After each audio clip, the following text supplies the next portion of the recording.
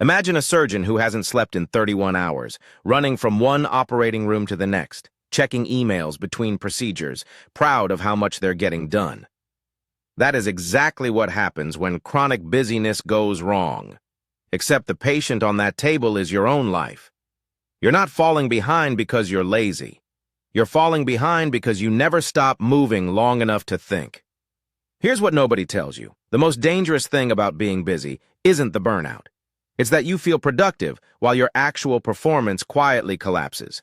And the science on this is brutal. A 2011 Harvard Business Review study found that constant task switching costs workers up to 40% of their productive output. Not 5%, not 10%, 40. So if you're stacking tasks from 6 a.m. to midnight and wondering why nothing is improving, stay with me. Because this video is going to reframe everything you think you know about getting ahead. Here is the myth that has been sold to you since the day you got your first job, your first goal, your first motivational poster. The myth is this: more activity equals more progress. The busier you are, the more serious you are. The more hours you log, the faster you close the gap between where you are and where you want to be. Hustle culture didn't invent this idea. It just turned up the volume. Gary Vaynerchuk built a media empire partly by screaming it from every platform. Elon Musk told employees to work 80 to 100 hours a week and said anyone who thinks otherwise is wrong. And for a while, a short while, that message felt like the cheat code. Wake up at 4 a.m., fill every hour, never waste a second. The person doing the most is winning. That became the default belief for an entire generation of ambitious people. Maybe for you too. And look, this belief didn't come from nowhere. It came from real stories. Andrew Carnegie worked 16-hour days building U.S. Steel into a billion-dollar empire in the 1890s. Early Amazon employees famously slept under their desks. And when you see someone grinding non-stop and succeeding, your brain does what it always does. It draws a straight line between cause and effect. Busy equals successful. So you should be busy. There is also a psychological reason this myth sticks so hard. It's called the effort heuristic.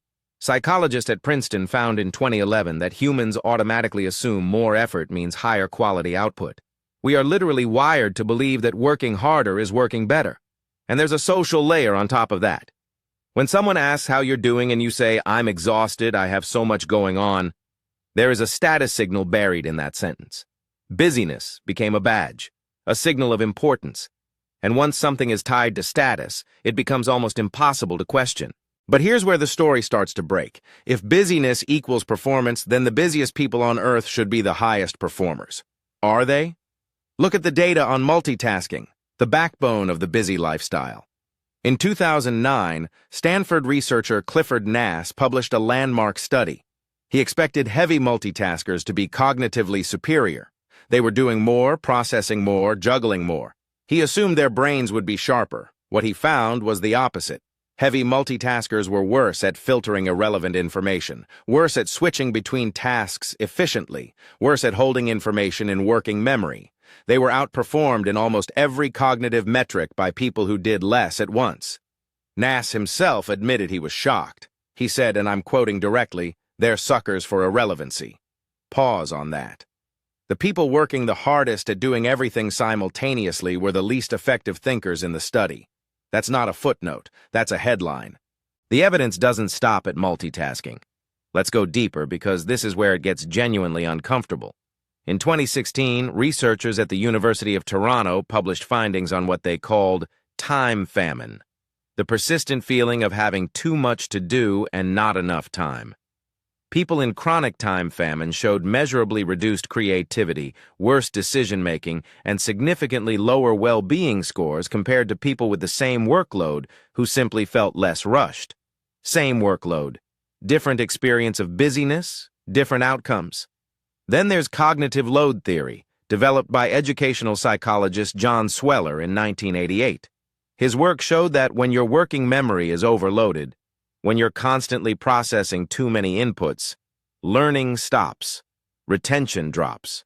Your brain literally cannot form new long-term memories properly when it's overwhelmed. And here's the part that should make you stop scrolling and sit up straight. A 2017 study in the Journal of Experimental Psychology found that just having your phone on your desk, not in your hand, not buzzing, just sitting there, reduced available cognitive capacity by a measurable amount. You don't even have to be using it.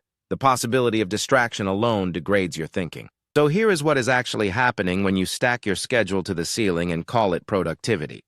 Your prefrontal cortex, the part of your brain responsible for planning, problem-solving, and your best thinking, runs on a finite fuel supply. Neuroscientists call it executive function, and it depletes like a battery.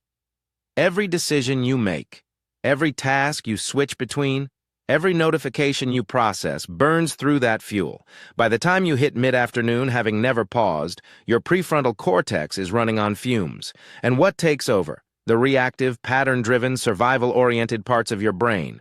You start defaulting to habit. You stop generating original solutions. You start making the same mistakes on repeat without noticing. The cruelest part? You still feel busy. You still feel like you're working. Your output has quietly become shallow and mechanical, but you're moving too fast to notice.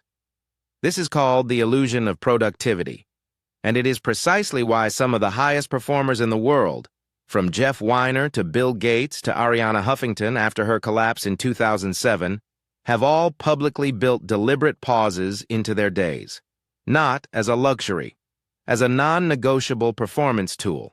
Here's what this actually means for your life right now. If you are chronically busy and wondering why your skills aren't sharpening, why your relationships feel strained, why your best ideas dried up, why you're working more and enjoying it less, you now have the answer. You are not working yourself toward your goals.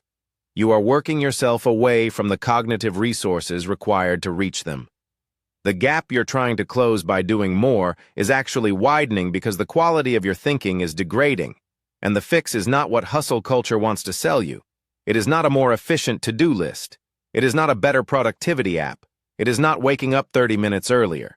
The fix is a deliberate, scheduled, protected pause.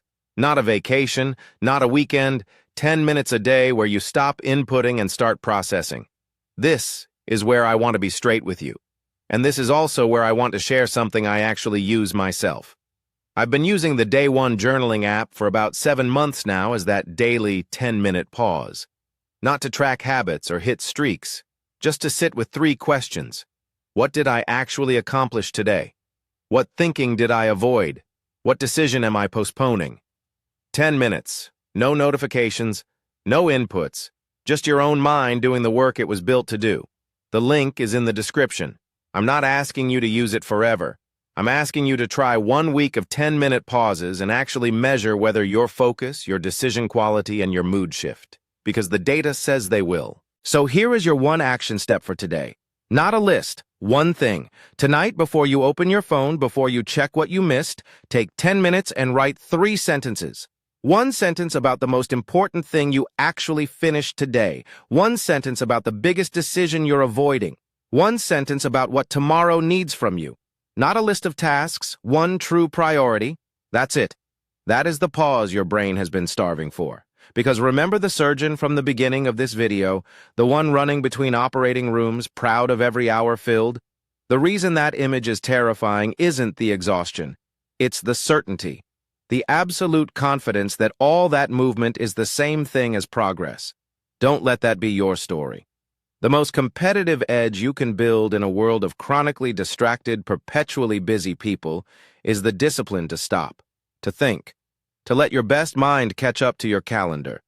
The people who master this, not the people who work the longest hours, those are the ones who compound their results year over year while everyone else just stays busy. If this reframed how you think about your schedule, share it with one person in your life who you know needs to hear it. Not because they're lazy, because they never stop moving long enough to think. Drop a comment below. What is the one thing you keep postponing that your busiest self refuses to look at? I read every comment in the first 48 hours. And if you want to go deeper on focus, decision-making, and building systems that actually compound, subscribe. New video every Tuesday and Thursday. We do not do vague motivation here.